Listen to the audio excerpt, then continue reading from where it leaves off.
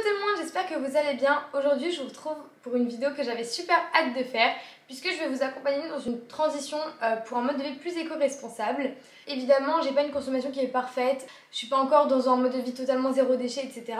Mais j'y travaille et du coup je voulais vous partager un peu les produits qui pour moi sont indispensables et surtout sont super faciles à changer dans votre quotidien. Donc vous n'avez pas à faire beaucoup d'efforts, en fait c'est juste remplacer certains produits par d'autres qui sont plus respectueux de l'environnement tout simplement. Donc c'est parti. En premier lieu, on va s'attaquer aux produits de la salle de bain et je pense que vous en avez déjà entendu parler, mais des produits qui pour moi sont géniaux, c'est tout simplement tous les produits solides. Donc moi en solide, j'ai un savon pour le corps, un shampoing solide, donc les deux viennent de chez Nature et Découverte. J'ai un masque nettoyant pour le visage solide à la coco qui vient de chez Sephora. J'ai un dentifrice solide qui vient aussi de chez Nature et Découverte.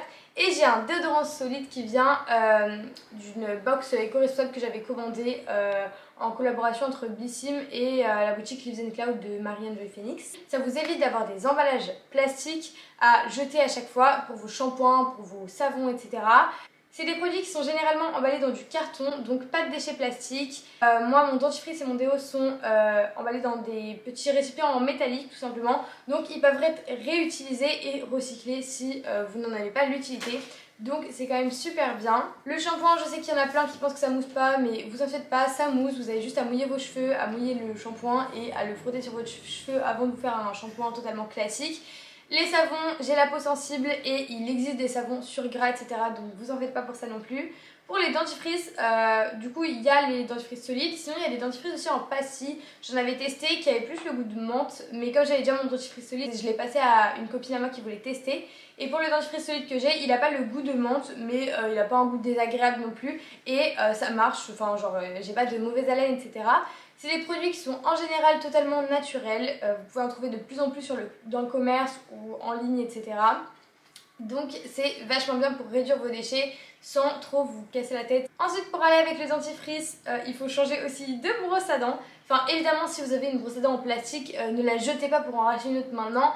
Essayez de la rentabiliser jusqu'à ce qu'elle ne soit plus utile. Mais c'est vrai que les brosses à dents, on les jette tous les 3-4 mois, donc ça fait beaucoup de déchets plastiques et il existe des brosses à dents en bois ou en bambou qui font totalement bien le job et qui évitent justement ces déchets plastiques.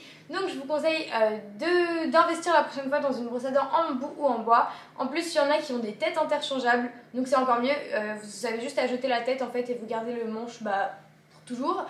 Et sinon vous avez juste à casser en fait la tête quand vous avez fini d'utiliser votre brosse à dents et la tête, comme si c'est en brin synthétique etc, vous la mettez avec le plastique et le bois vous pouvez le recycler tout simplement. Et enfin on a les cotons réutilisables lavables, donc ça remplace totalement les cotons jetables qu'on connaît dans le commerce. Déjà ça empêche les déchets plastiques parce qu'ils sont toujours emballés dans du plastique. En plus les cotons jetables, on en jette 3-4 par jour si on se maquille tous les jours, voire plus. Donc ça fait beaucoup de coton par mois, vous devez en racheter tout le temps, donc c'est plus économique d'acheter des cotons réutilisables. Vous avez juste à mettre du démaquillant ou de l'eau dessus, vous nettoyez la face et ensuite vous le lavez. Moi je le nettoie tout simplement avec mon nettoyant pour le visage et ensuite je le mets à la machine et c'est fini. Ça démaquille très bien, il y en a beaucoup qui ont une double face, donc un côté plus doux et un côté un peu plus rugueux pour bien nettoyer en profondeur. Donc moi c'est ce que j'utilise depuis un bon moment maintenant. Vous pouvez aussi les coudre, les premiers que j'ai utilisés c'était ma marraine qui les avait cousus. Et là je me suis acheté un pack chez Nature et Découverte, ils sont très bien. Ensuite on va passer à la cuisine et aux produits ménagers. Donc il y en a plein que vous pouvez faire vous-même ou que vous pouvez acheter dans des formules plus naturelles. Donc je pense notamment au liquide vaisselle, à la lessive ou aux produits dégraissants ou un pchit qui nettoie un peu tout là. Ça c'est très facilement faisable soi-même, je vous fais bientôt une vidéo sur comment les faire vous-même, donc ne vous en faites pas pour ça. Ensuite on a les accessoires, donc pour remplacer les éponges, il y a ce qu'on appelle des tawashi, qui sont des petits carrés en tissu en fait que vous pouvez même faire vous-même et ça nettoie comme une éponge. Ou sinon la brosse à vaisselle, je trouve ça vraiment bien les brosses à vaisselle. Donc il y en a en plastique mais si possible en acheter une en bois c'est beaucoup mieux. Parce que les éponges tout simplement qu'on trouve les jaunes et vertes là, elles sont carrément synthétiques, c'est all plastique. Et donc les petits bouts qui s'enlèvent, que ce soit du côté vert ou du côté jaune, en fait ça va dans l'eau de votre évier, etc. Et ça fait des microplastiques dans l'océan que les poissons ingèrent et ensuite nous on mange du poisson. Donc il faut savoir que par semaine on ingère environ 5 grammes de poisson, c'est énorme. Par semaine guys, genre, wesh. Du coup, vaut mieux utiliser des brosses à vaisselle. En plus il y en a avec des têtes interchangeables. Vous avez juste à enlever la tête et la changer, j'ai vu ça. Donc c'est un très bon achat si votre éponge a rendu l'âme. Ensuite, évitez l'usage de bouteilles en plastique, que ce soit pour l'eau, pour les sodas, etc. Si vous buvez du soda, beaucoup, vous pouvez investir dans une soda stream ou autre. Moi je sais qu'on essaye de réduire notre consommation de soda à la maison. Et pour l'eau, tout simplement utiliser des carafes d'eau, voilà, enfin je vois pas quoi vous dire d'autre. Et des gourdes si vous êtes en déplacement. Moi j'ai toujours ma gourde sur moi, dans mon sac, etc. Ça me permet de boire plus d'eau parce que j'ai du mal à boire si je suis pas incitée, on va dire. Et en plus ça évite d'utiliser des bouteilles plastiques parce que peu de personnes le savent, mais les bouteilles plastiques en fait sont à usage unique. Si vous la re-remplissez plusieurs fois, ce qui est cool écologiquement, mais en fait c'est pas cool du tout parce qu'il y a des microplastiques de la bouteille qui vont être dans votre eau et que vous allez directement boire, donc c'est vraiment pas ouf. Et si vous supportez pas l'eau du robinet, au lieu d'acheter des packs d'eau et tout et de faire plein de déchets plastiques comme ça, achetez des charbons actifs ou des carafes filtrantes. Voilà, il suffit de prendre des bâtonnets de charbon actif et de les mettre dans votre eau. J'ai pas testé mais apparemment c'est très très bien, vous avez aucun goût de calcaire, etc. et ça filtre votre eau totalement, donc voilà. Ensuite pour la conservation des aliments, les Tupperware en verre c'est quelque chose qui se fait de plus en plus et qui est vachement cool.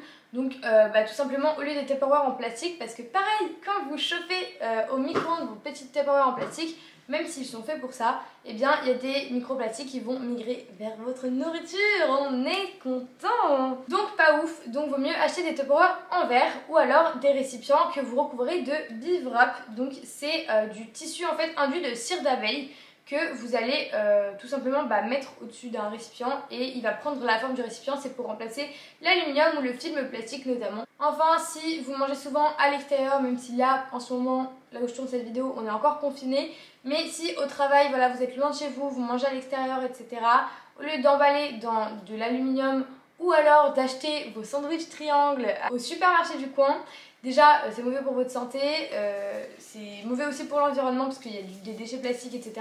Donc je vous conseille tout simplement de faire un bento. Vous pouvez le dimanche préparer vos repas de la semaine en plus grande quantité ou alors la veille préparer vos repas de la semaine en plus grande quantité et en garder une portion pour le lendemain midi, et comme ça vous fait des économies parce que du coup vous n'avez pas acheté plus de repas, donc ça vous permet de faire moins de budget et d'être mieux pour l'environnement et puis pour votre santé aussi parce que vous mangez des trucs que vous avez cuisinés, vous savez ce qu'il y a dedans et c'est toujours mieux.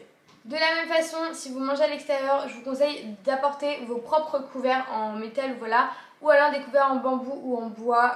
Il en existe plein sur le marché aussi, mais c'est pour éviter d'avoir à acheter des couverts en plastique et tout, c'est vraiment une horreur. Pareil, quand vous partez en pique-nique, évitez de prendre des couverts en plastique, etc. Vous avez des couverts chez vous, donc emmenez ça, prenez les verres de chez vous aussi et ce sera très bien. Enfin, dans la même catégorie pour les pailles, donc en France maintenant, les entreprises, les bars, etc. n'ont plus le droit, il me semble, d'utiliser des barres en plastique, donc c'est déjà bien. Mais sinon, je vous conseille tout simplement d'acheter des pailles réutilisables. Donc il y en a en inox, en aluminium je crois, il y en a en verre aussi. Il faut faire attention puisqu'elles peuvent se casser un peu plus facilement je pense. Et moi j'en ai en bambou, voilà, donc vous avez des pailles que vous pouvez nettoyer, etc.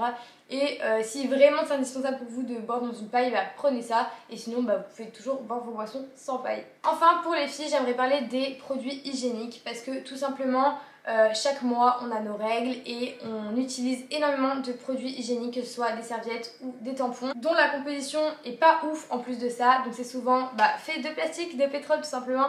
Déjà c'est contre votre intimité donc c'est hyper mauvais pour la santé.